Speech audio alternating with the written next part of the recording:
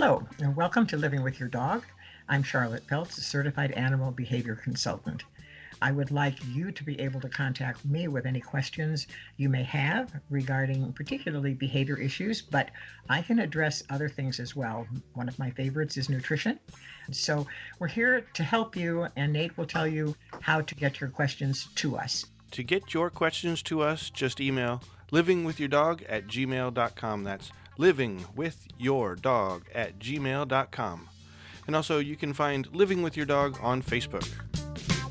Living with your dog, living with your dog, living with your dog with Charlotte. Hi, welcome to Living with Your Dog. I'm Charlotte Peltz, certified dog behavior consultant. One of my pet subjects, as listeners are certainly going to recognize, is the pet feed industry. And Susan Thixton is somebody for whom I have tremendous respect. And she's got The Truth About Pet Food, which is a blog. And I encourage all of you to get it so that you are up to date on what's happening. So this past week, she came up with one that I haven't seen the likes of this before. Things pet owners are finding in pet food. Oh boy. Yeah. So she says some disgusting things are found in pet food and reported to manufacturers on Twitter. And here are some recent examples. Foreign objects. And incidentally, these are not just supermarket shelf foods, all right, feeds. Okay, a pet owner tweeted to Nutro they found a dead rat in a bag of Nutro Essentials. Another dead mouse rat was found in a bag of Canidae, and I've always rated Canidae as one of the top of the line. It's a conundrum, but from the standpoint of it's not a supermarket product, but a dead mouse or rat was found in a bag of Canidae. An unknown object was found in Blue Buffalo. A piece of metal was found in Purina 1. That is something you would find in a supermarket. A pet owner reported this piece of blue plastic to Hills Pet Nutrition and says, yikes, I found something weird in a can of your Science Diet sensitive stomach and skin food, blue plastic. I dug it out and it looks similar to a twisty tie. Thought you'd want to know. There were blue plastic pieces found in Purina Pro Plan. That's a supermarket variety. Another unknown substance, Purina Pro Plan by another pet owner. Unknown substance found in a can of Wellness cat food. Blue plastic in Dry Wellness. Two different owners reported finding dangerous objects, a nail and what appears to be a pocket knife blade in Nutrish pet food. Wow. And there are pictures of these things, incidentally. This pet owner found mold in Dry Pedigree. Again, that's a supermarket product. And this pet owner reported to Blue Buffalo what appears to be mold inside of a can of dog food. What? More mold in Dry Buffalo pet food. And this Bob Denham says, Blue Buffalo, I need some help, but by my Doggy Your Life Protection Formula food and bag I just bought smells foul and looks strange. I put the bag away, threw the bag away before realizing the problem. Help. Mold in Purina 1, mold in Arcana pet food, larva in Pedigree wet food. What appears to be bugs found in Purina Friskies. There were good news found in the tweets to pet food. The one below shows that more and more pet owners are learning about the differences between pet feed and pet food, thanks to our army of educated pet owners and pet professionals. Anne McCann, who has Newfoundlands, this stuff is not dog food, it's feed, nasty, disgusting stuff that can be added, and the company doesn't have to disclose whether some of the feed was decayed animals that died other than by slaughter. Okay, another Nutrish Please know that veterinarians and animal nutritionists are directly involved in the development of our recipes, says Nutrish. Please know that all of our products follow the Association of American Feed Control Officials, AAFCO standards, which strictly prohibits the use of 3D and 4D meat. And what Susan Thixton had to say to Nutrish is, by the way, Nutrish, your response to this pet owner is incorrect. The members of the Association of American Feed Control Officials do not prohibit the use of 3D and 4D, dead, dying, diseased, and disabled in pet foods. Specifically, AAFCO member FDA Center for Veterinary Medicine states, and this is a quote, "We do not believe that the use of diseased animals or animals that died otherwise than by slaughter to make animal food poses a safety concern, and we intend to continue to exercise enforcement discretion." Yeah. All right. Geez, what does that really mean? Thixton, truthaboutpetfood.com. So that last line that you read in their defense, they were trying to defend themselves. What does that actually mean? What does what mean? What that AAFCO or what the Nutrish people said? Yeah, that last line that you read there about they're going to use that's discretion. the AAFCO and the FDA. Okay, so this is a statement. Specifically, AAFCO member FDA Center for Veterinary Medicine states, quote, "We do not believe that the use of diseased animals or animals that died otherwise than by slaughter to make animal food poses a safety concern, and we intend to continue to exercise enforcement discretion." Okay, could you put that in layman's terms, please? Let's read through the lines and see what they really just said. What this says is that, yes, there is a law that says the food that you buy for your dogs and cats should only have slaughtered animals that are slaughtered for that purpose. But the association, the AAFCO and the FDA said, it's really not important. We'll continue to allow dying, dead, and diseased animals to go into your pet's food. What they didn't state is, and we won't tell you which foods have them. Wow. So you cannot know. So they just specifically said right there that they don't care. They're not abiding by the laws. That's right. And we just have to deal with it. That's right. That's exactly what they're saying. Up yours, kids. That's okay. That is what I wanted to hear. That is reading through the lines and breaking it down as simple as possible. They're just saying, to hell with y'all. That's right. Yes. Wow. And so the 3D and 4D meats, is that the dead, dying, disease? Those are the 3Ds? Yeah, right. It's actually, I think it's dead, dying, down, and disease. Yeah. Those are the fours. Okay. And another thing that is not enforced is euthanized animals. The drug is there being used in pet feed. So the package of food pet feed that you buy could have the euthanasia drug in it because it doesn't go away in the processing. And they found that already. I mean, with this report, there's foreign objects and all that stuff, but we found that chemical, or somebody's found that chemical in dog feed before. Absolutely. Absolutely. It's been tested again and again and again, and it turns up regularly. Most of the time, it's supermarket type packaging food that it's found in. So we're not saying that all products that people are out there buying are going to have these problems, but you don't know because they don't tell you. So if you continue to buy packaged food for your dogs and cats, it's probably a good idea to contact the company and find out whether they allow that or not. And if they say, oh, it's proprietary information, my suggestion to you would be don't buy the food and let them know you're not going to. Totally. So yeah, we got to let these people know. Yeah, no, this has been going on forever and ever and ever. And we're simply not, the public is not aware. We have listeners that hear me spouting off about this time after time after time. Yeah. But the reality is that unless you're dealing with an alternative medicine veterinarian or with us, with Susan Thixton, you're never going to know.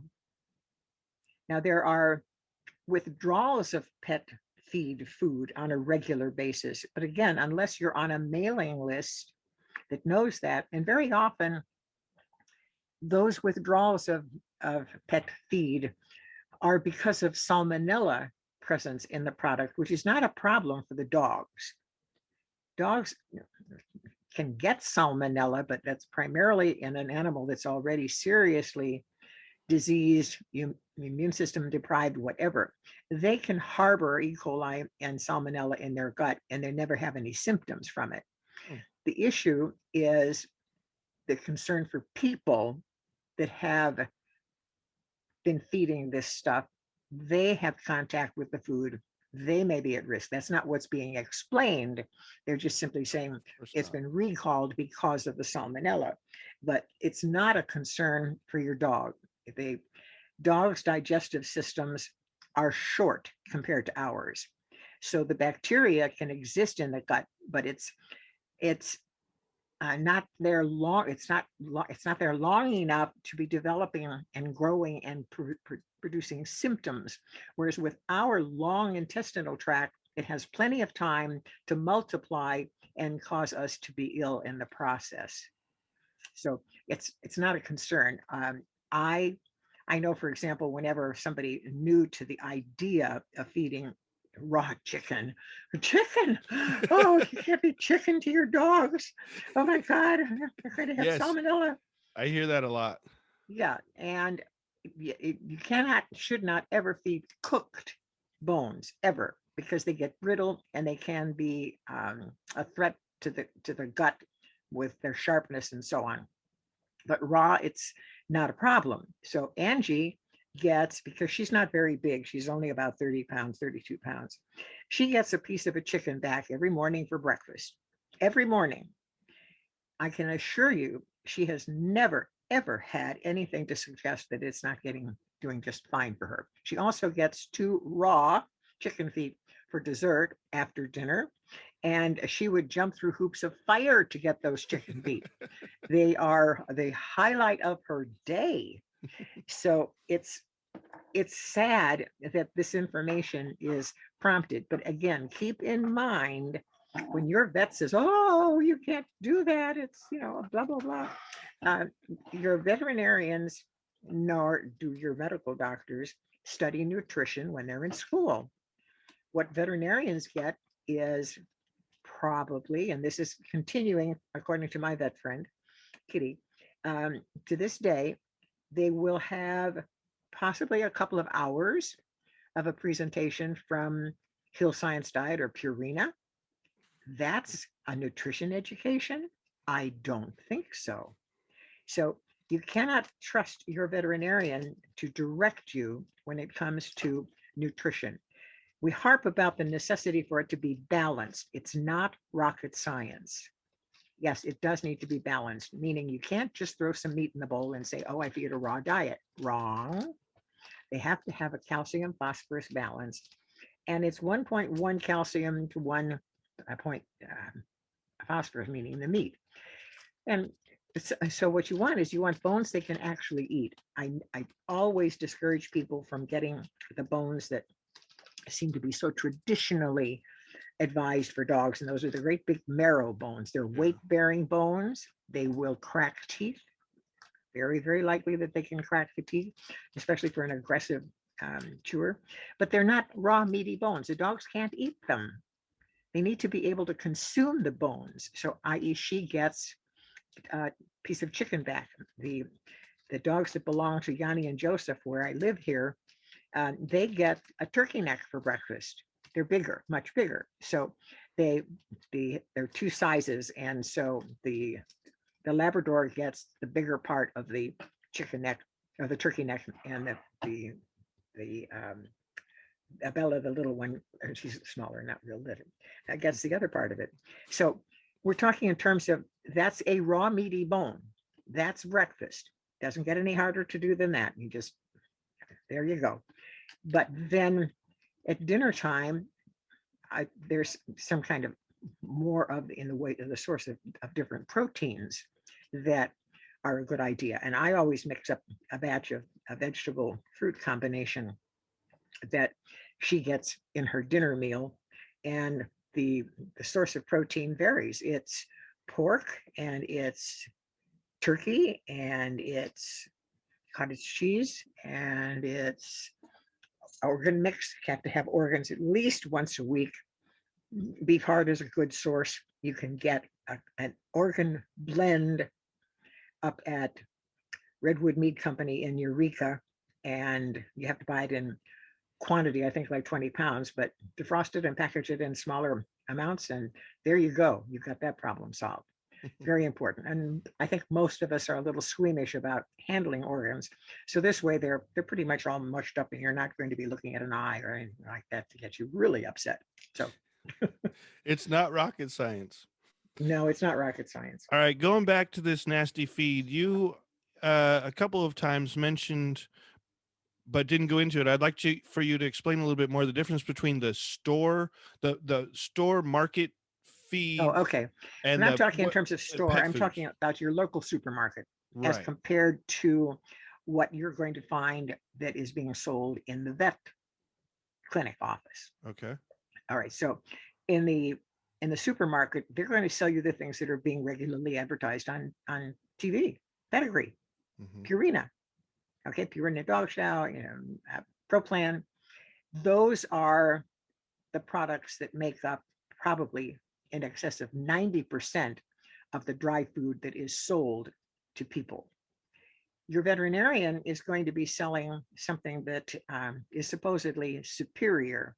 It's still processed food. And it is going to be superior in that the chances are less, not non-existent, but less likely to have some of these despicable things in there. It could have it, like you mentioned, one of the things that was found in the Hills, a product which is generally sold only in veterinarians' offices, but there's been some lawsuits here in California about declaring some of this stuff prescription food. It really isn't prescription food, and I don't know what the status is of the big lawsuits that are in the process of being handled. I understand, and I haven't checked this, so don't nail me to the wall, please, but I understand that you could go into one of those like Petco type places that are a major chain, and they'll write the prescription for you. And they sell it there. Wait. So you're telling me that the teenager who just got out of school and is coming to work, the high school teenager is going to give me a prescription for my dog? Yeah. What? And that's something that I read just recently, that these some of these, not all of them, but some of these so-called prescription foods are being sold in places like Petco and I don't know, a couple of other those big things. And that you can go in there and get it. Yes. But they're not, it's truly not prescription. And it's illegal to indicate on the packaging that they are going to cure any disease.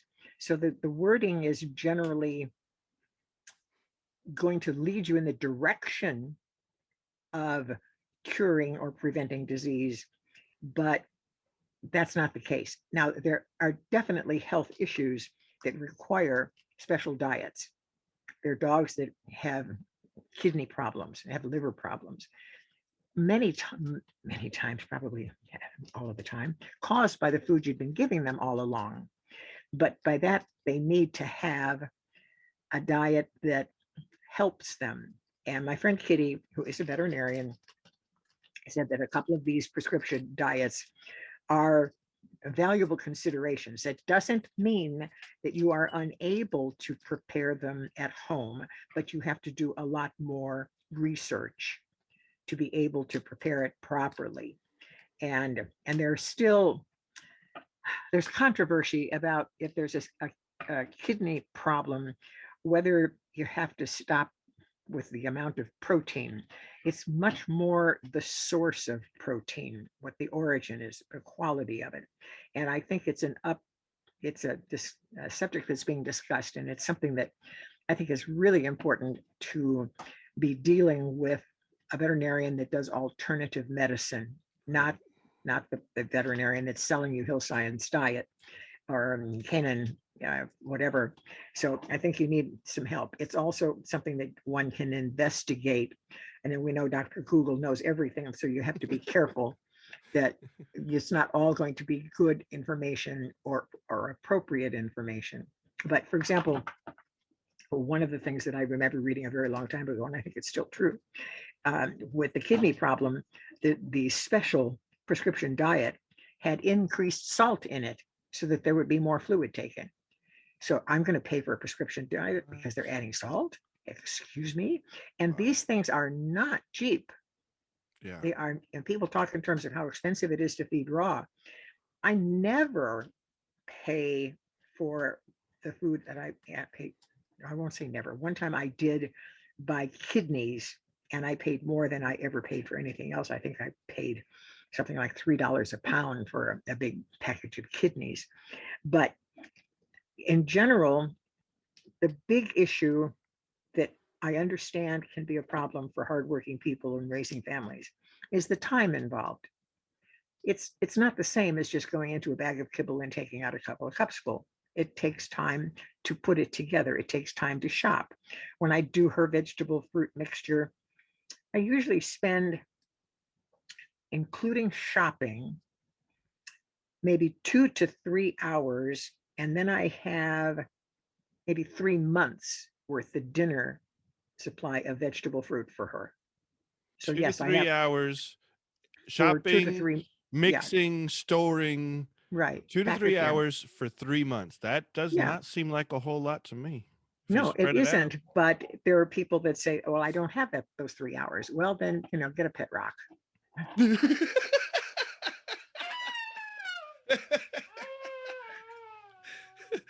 And that will be the next show, Living with Your Rock. There we go. Yeah, I wrote down when you were talking about, well, you had mentioned that the inclination is that the pet feed that you get at the vets are superior. Well, they're, in my mind, they're only superior when it comes to how much you have to pay for them. Yes, there there are going to be differences in the quality of the ingredients in some of the products that are sold that are more costly.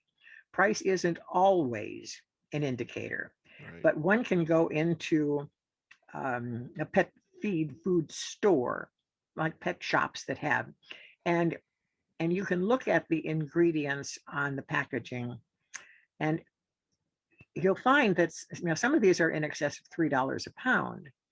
So one of the things that makes a huge difference from one brand to another is how many sources of named animal protein are in the top 5. Okay, so we're talking many of the stuff that you see in the supermarket is going to start out with corn instead of, excuse me, you're going to start off with corn instead of chicken or turkey or whatever. And we've talked about this before. If it says chicken, that means it went into the machine raw. And when it is dried out in the cooking process, there's a much smaller percentage of chicken than there is from the standpoint of the first ingredient being the one that's the most in there. So what will happen when it's done well is then there might be like chicken meal following it, which would be dried product that is going to take up a bigger portion of it. But you want 2 to 3 sources, named sources of animal protein. You don't want poultry. You don't want meat. You want it to say chicken or turkey or salmon or pork or beef. You don't want it to just be generic. Why? Because you never know what it's going to be. There's no guarantee. It could be duck, or it could be turkey, or it could be chicken, depending on the best price.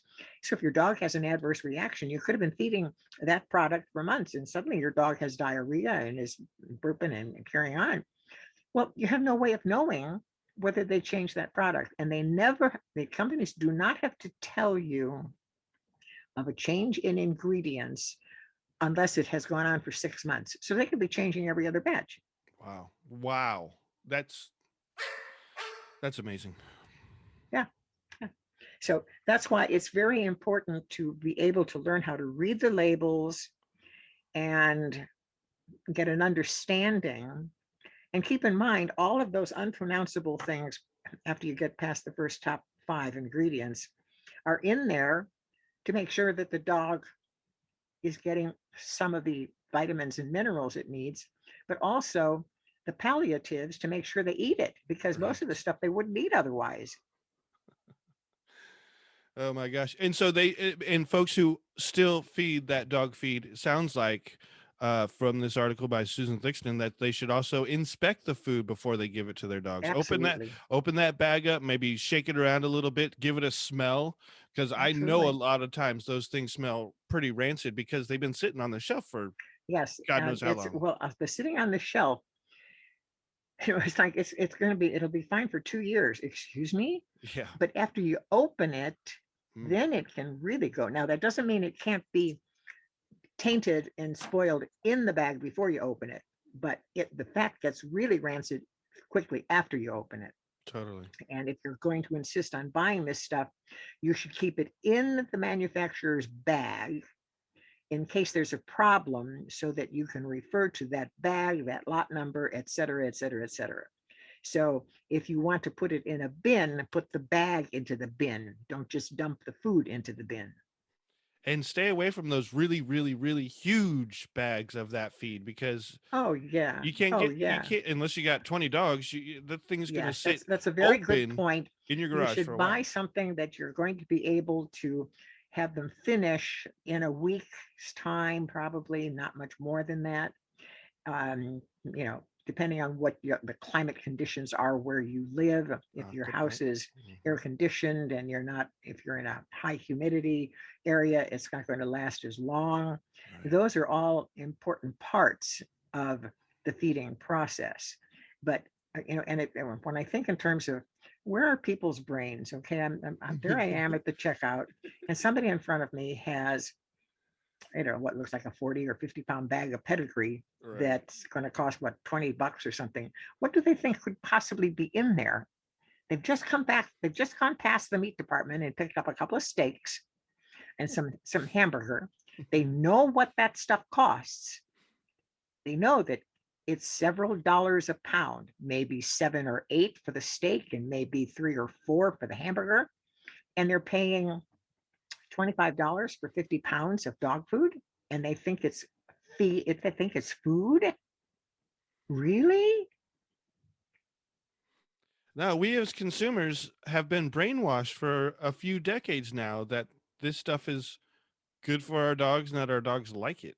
Oh yeah. One of the things that just really blows me away is, not very long ago, within the last couple of years, it's been discovered that dogs have actually developed a gene that allows them to more efficiently digest carbohydrates. Well, they evolved as scavengers, so that makes sense. There's not a lot of meat out there in that dump.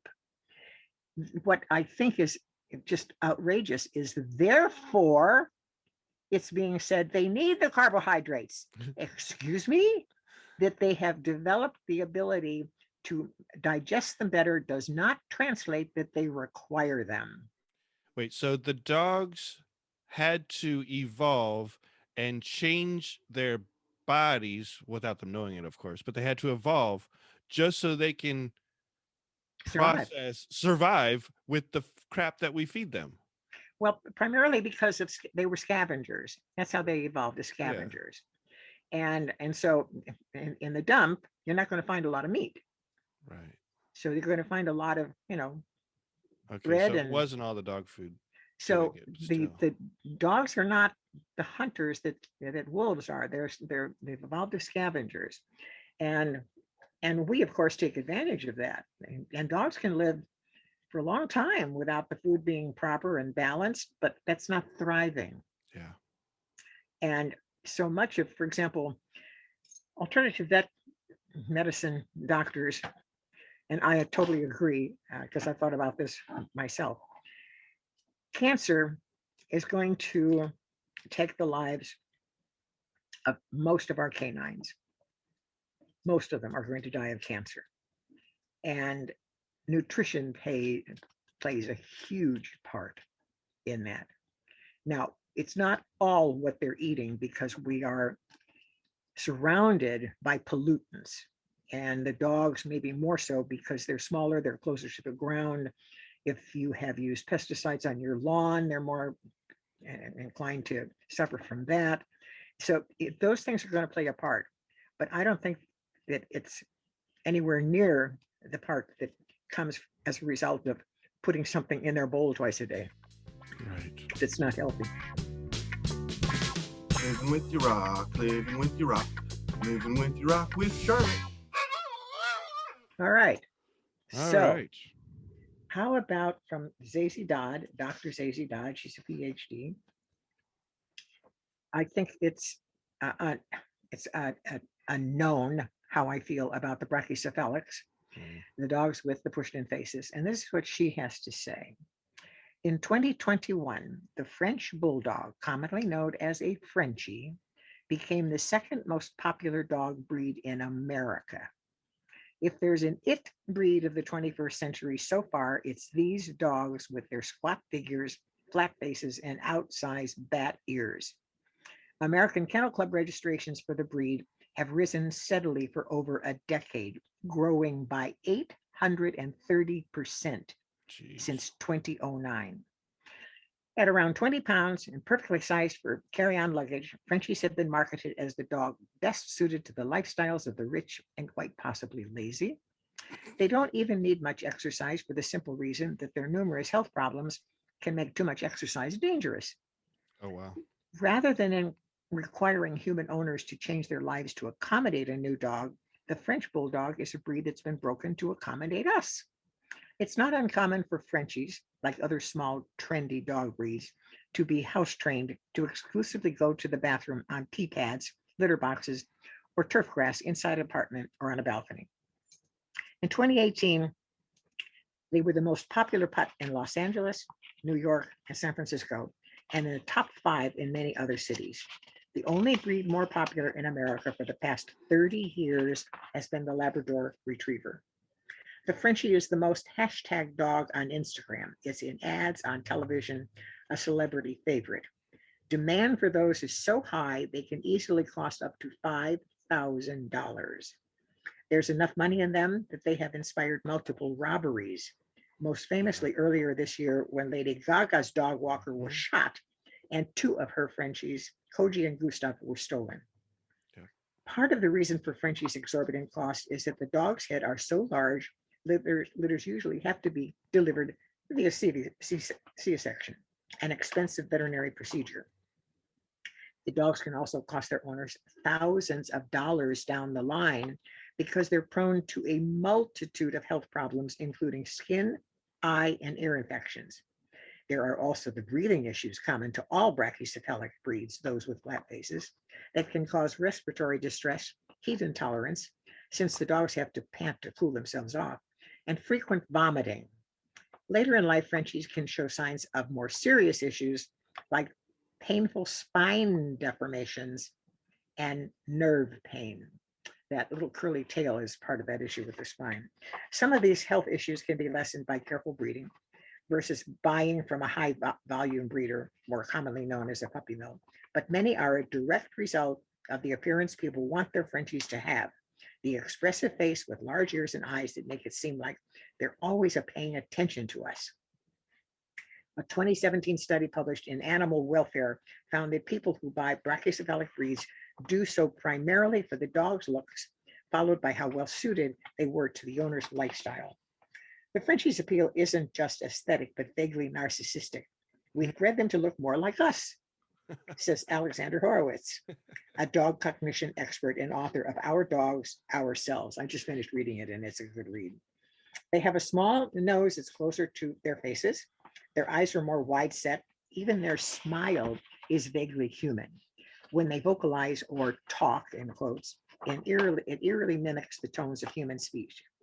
Frenchies make it easy for owners to project themselves onto their dogs without having to listen to what the dogs are actually saying. Hmm.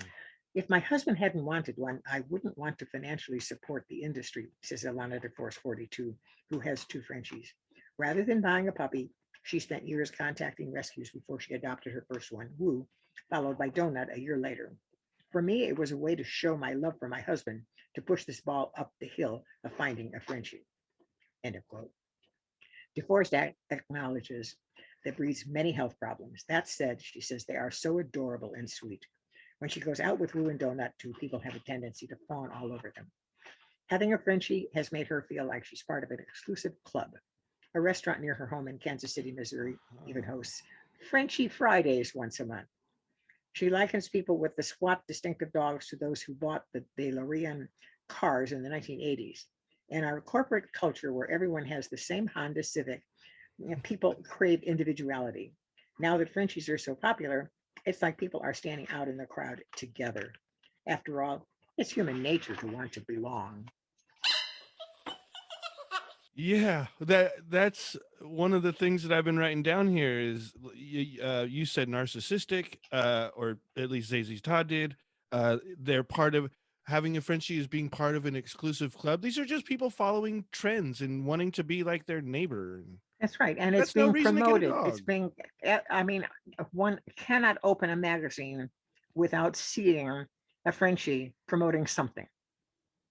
And it's very sad that sometimes when I see articles written by a veterinarian that I know is against this, and the article will have a Frenchie at the beginning of it. And that's because I don't think that the people writing articles for magazines have any control over what photographs and stuff are put in context with their letters. I think Yeah, that's, there's usually a graphic arts person who does yes. that stuff. And because they're popular, these people are promoting them. And I've written a couple of letters and saying, if you're going to promote them, fine, but why don't you list all of the problems why these people are going to have when they put their money out for this dog?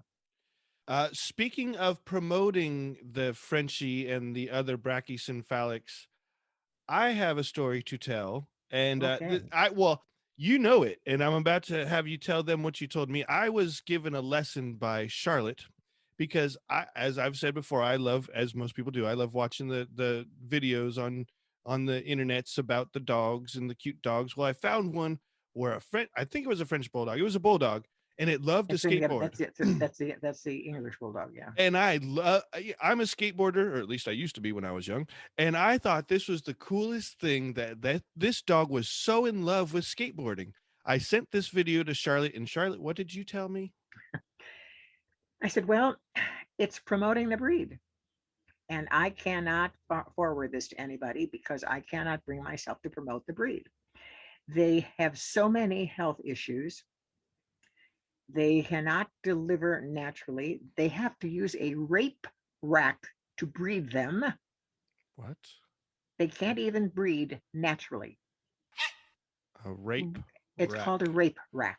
You should think of a better name for it.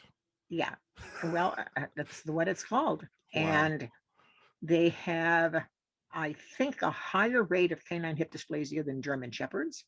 Wow. All of those wrinkles that you see, grime and crud and stuff gets caught in there and requires attention, causing problems. Obviously, breathing is a huge problem.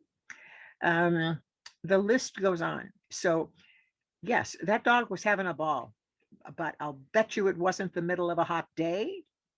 I'll bet you money because the dog cannot possibly pant enough to be able to sustain that kind of activity when the temperature is up and the sun is hot. So I told you, and I knew you enjoyed it, and it was cute if one is thinking in terms of the behavior. It's not cute when you think in terms of what the dog is actually suffering. And so I don't forward things like that. In fact, anytime I get lots of cute things come across, anytime that I see doggy stuff that includes Frenchies. It includes things that I think are dangerous. In spite of, sometimes it's not possible just to eliminate the unwanted, and so I just don't forward it. So yeah, I'm pretty fussy about that stuff. Yes, I was schooled this week by Charlotte because of a video. Hey, this is something I need to learn though. I totally get it. I totally get it. And you know, it was adorable and those dogs are adorable, but we are not doing them any good by following the trend. No, and any time that those circulate, it's a promotion for the breed. Oh, I'm going to get one so we can go do that. Wrong. Right. And so wait, those dogs, they can't breed on their own, so they need help getting with each other. Well, they And can then breathe, but their breathing is very No. restricted. breeding, I'm talking about breeding. Breeding. No, they cannot. From what I understand, you cannot just put the boy and the girl out there and say make babies. They need help in adjusting their bodies That and getting on top or the whatever. female has to be anchored in a way that, and I haven't seen it. I did see a rape rack at some point, and I suspect that you could find them online. But Wow. yeah, it just surfaced the other day with one of these things about the brachycephalics. Yeah. And then they can't give birth properly. Is No, it they all? can't. Do they always the bulldogs always think need a C-section? I don't know that they ever can deliver because they've been bred to have such huge heads, and they've got big, wide across the front chest, but they're not very big around the hips, and the Right. heads are oversized. So I don't think that they can deliver naturally. Wow. Now, And some of the brachycephalics probably can. The pug may be able to sometimes, but I don't think that it's let the dog out time. I don't think Oh, that, let the I dog don't out think the time. English bulldogs can. Hmm. Sure, Tommy Angie. Rape You're rack. They welcome. got to come up with a different name than that. Although I guess it is kind of us humans raping those good. dogs in a matter of speaking, not literally. So Charlotte is letting Angie out. I'll take this opportunity to let you folks know that you can email us at any time with your question. We would love to answer your questions. And to do so, Sure. you need to email us at livingwithyourdog@gmail.com. That's livingwithyourdog@gmail.com. All right, Charlotte, one of the other things that I noticed about these bulldogs is, yes, they do have what looks like a huge smile. So do dogs, and I've noticed this with other dogs too, are they really smiling? Are they really showing happiness through with their mouth as we do as humans? Or am don't I think reading so. into it? I don't think so. I think that when we see dogs that are happy, we're seeing body posture, we're seeing the body wiggling, we're seeing tails wagging. You certainly see a different facial expression, the difference in the way the eyes light up and so on when dogs are happy compared to when they're afraid or they're fearful or they're angry. Right. So what we're seeing very often, we'll see, and I think it really is cute, where the dogs will open their mouths and they show all of their teeth. They have learned that that gets reinforced because we, isn't that cute? She's smiling at me, right? I love it. Oh. So we reinforce it and the dogs learn to do it. Now, is it an appeasement behavior that starts off? I don't know. I haven't read anything about why the dog would do it to begin with, what would cause them to do it the first time. The second time was probably because it got reinforced the first time, but Right. why the first time around? I'm not sure, but some dogs do it, and I do think it's cute. So they probably are happy at the time because they're getting reinforced for doing it, but it's not an initial expression of being happy with the world as compared to all of the other signs that they do with their bodies. For example, Okay. I don't have to be gone any more than 5 minutes, and I come back, and Angie, she unfortunately is a breed that her tail was docked, so she's only got about a 3-inch stub, and it is going back and forth 90 miles an hour. I've only been outside for 5 minutes, and there she is. She's happy to see me. You came back. I'm not alone forever. Oh my goodness. Oh dear, dear, dear. But there's no question about it. And she hops off and comes over to see me. And her whole body is telling me, but that little tail is going. Now, when dogs have tails, and there are different messages. They will swing to the right or to the left. But when you're talking in terms of, if you just think a wagging tail is a happy dog, you're going to get bitten one day, Hmm. because they wag their tails for different reasons. So you've got more going on than the tail. A highly held tail that's moving back and forth rather stiffly is probably a suggestion, don't go there. Don't go there. You'll also notice that there'll be a change in how they stand, whether they're leaning forward or they're leaning back. I think most people recognize that a dog is shy or fearful if the tail is way down between their legs. Right. And then too many people don't respect that. Oh, you poor thing. The dog is saying, stay away. Please stay away from me. Oh, because the human thinks the dog is sad, and so the human tries to comfort the dog. Right. And if the dog Oh, wanted comforting, the dog would go to you. that's a great point. Yeah. So they're saying, I want distance. Hmm. And when a dog is really happy, there's a lot more going on than the tail. It is a whole body thing. And the mouth is open and they're panting and their eyes are lit up, and it's there's so much more going on than just the tail wag.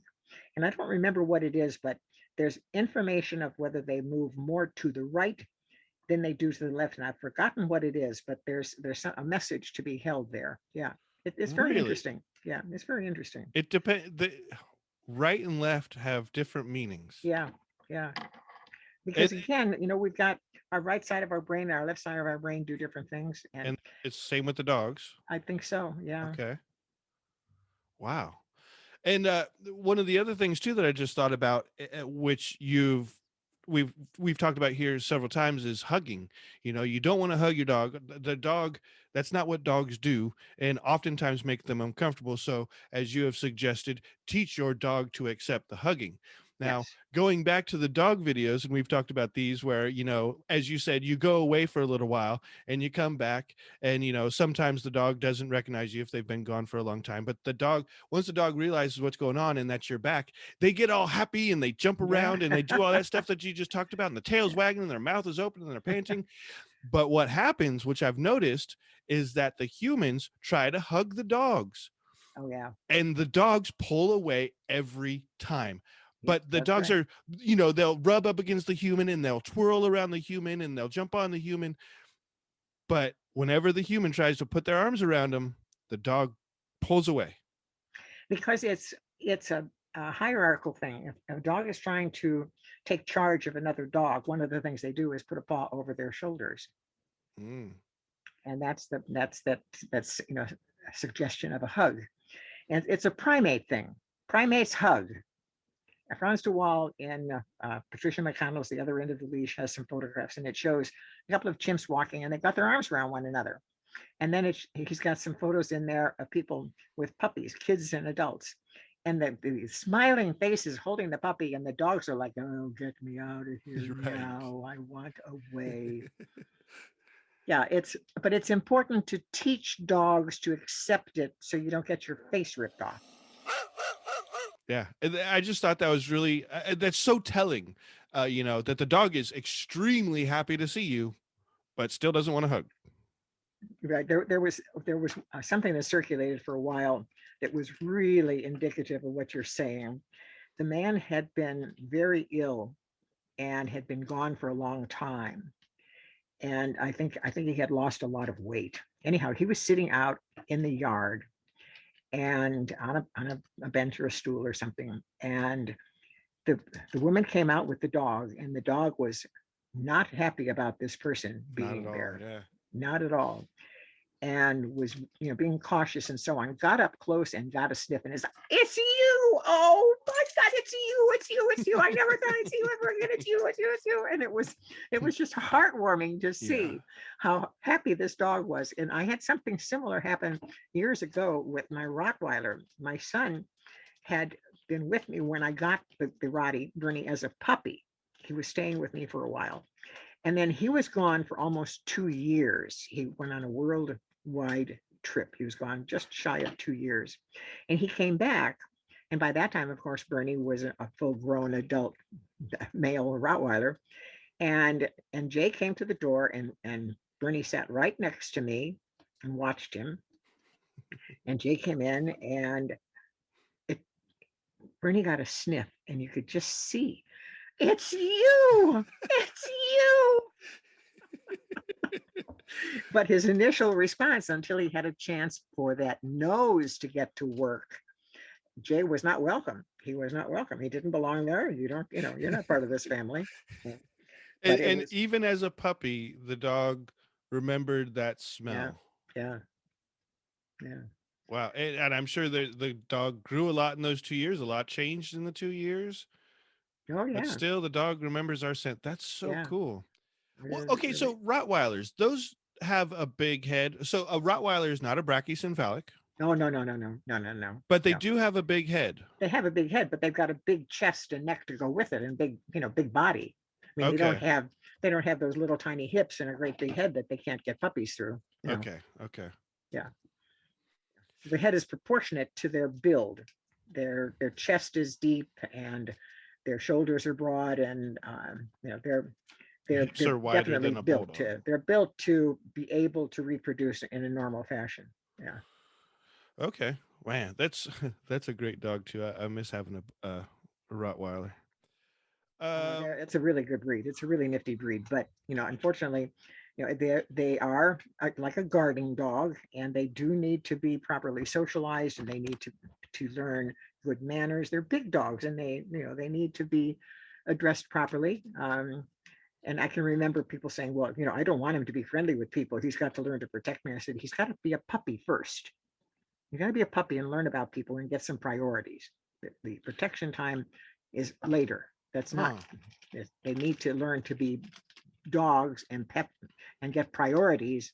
And as maturity comes along, a lot of this stuff surfaces very nicely, no problem.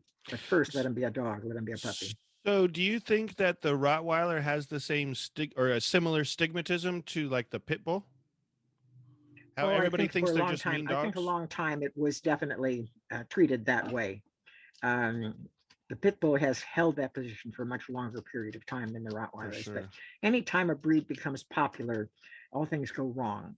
German Shepherds have had their turn at bat, and Dobermans have had their turn at bat, and Rottweilers had their turn at bat. The Malinois, which is a Maligator, my friend Kitty calls him, the Belgian Shepherd. They're very quick to bite. They're intelligent, and they're great dogs. But again, they need to be properly trained. They need to have their priorities well established. And I remember once in Mexico, there was a trainer, a veterinarian and trainer, old school type, punishment based, and he gave a demonstration at a dog show of his dog doing, it was a Malinois, doing some retrieving and some stuff. And I thought, it's a little strange that dog has a bandana around its neck. That's a little weird. Well, we had a shock collar on. Oh, geez. And when the dog went into the ring with his son, had a son of us, a little junior handler thing, the judge reached over to give the child a ribbon, and the dog bit him.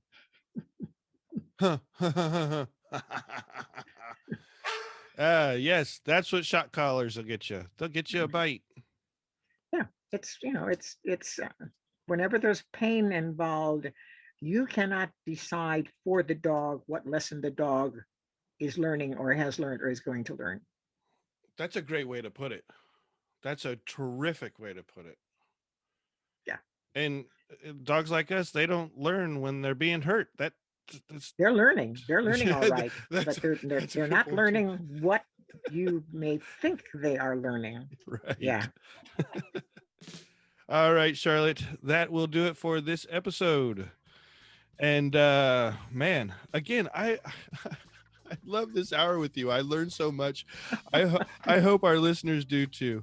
And so we started off with some not so good news, but it's very important because it's about that dry dog feed you keep feeding your dog. Don't do it. from Susan Thixton and her blog and website. I do believe it's a website, Truth About Pet Food. Find her there. She gives great information. She's a great resource. Let's just put it to you that way. And she was talking about foreign objects discovered in the dry dog feed bag. So the owners buy this bag of dry dog feed, which isn't food, it's feed. They open it up and there's a dead rat, or there's metal or plastic. Someone found a nail in it. And, you know, all these people, you know, they wrote to the manufacturer. And basically, as we heard from Charlotte, the manufacturer, in Charlotte's words, said, screw you guys. So, it was kind of Charlotte's words. But yeah, they don't care. They willfully admit that they're breaking the law and that they do not care. So they don't care what you are. They don't care what they're selling you, and they don't care what you're feeding your dog. So the way to remedy that is to know what you're giving your dog by doing a raw food diet or a home prepared diet. There you go. Home prepared. Yeah. Home prepared. Let's, yeah. It doesn't have to be raw except for the bones. Bones always have to be raw when you're giving them to your dog. No cooked bones. And as Charlotte also says, it is not rocket science to get that balance correct. Then we moved on to, from Dr. Zazie Todd, an article about the brachycephalics. Those are the dogs that have been bred to have their noses pushed in, or like a flat face, kind of like the bulldogs and the pugs. These are doing that. We have really messed up those dogs by doing that. They are not healthy. They have all sorts of health issues because we have made them so that they don't have a full nose. And the French Bulldog is very, very popular, and we do not promote anything that has the French Bulldog in it because that is just promoting these brachycephalic breeds, and we do not want to do that, no matter how much I like watching them skateboard. All right. And you can email us. We want to hear from you. Give us an email with your questions or comments or concerns. That email is livingwithyourdog@gmail.com. And before we head out, Charlotte, do you have any last words for us? Yeah, and this is a saying that I think applies to our discussion about what dogs tell us and how they show us. And this is, Martin Buber said, an animal's eyes have the power to speak a great language. And the eyes do tell you a lot. They really do. All right, there you go. Living with your dog, living with your dog, living with your dog with Charlotte.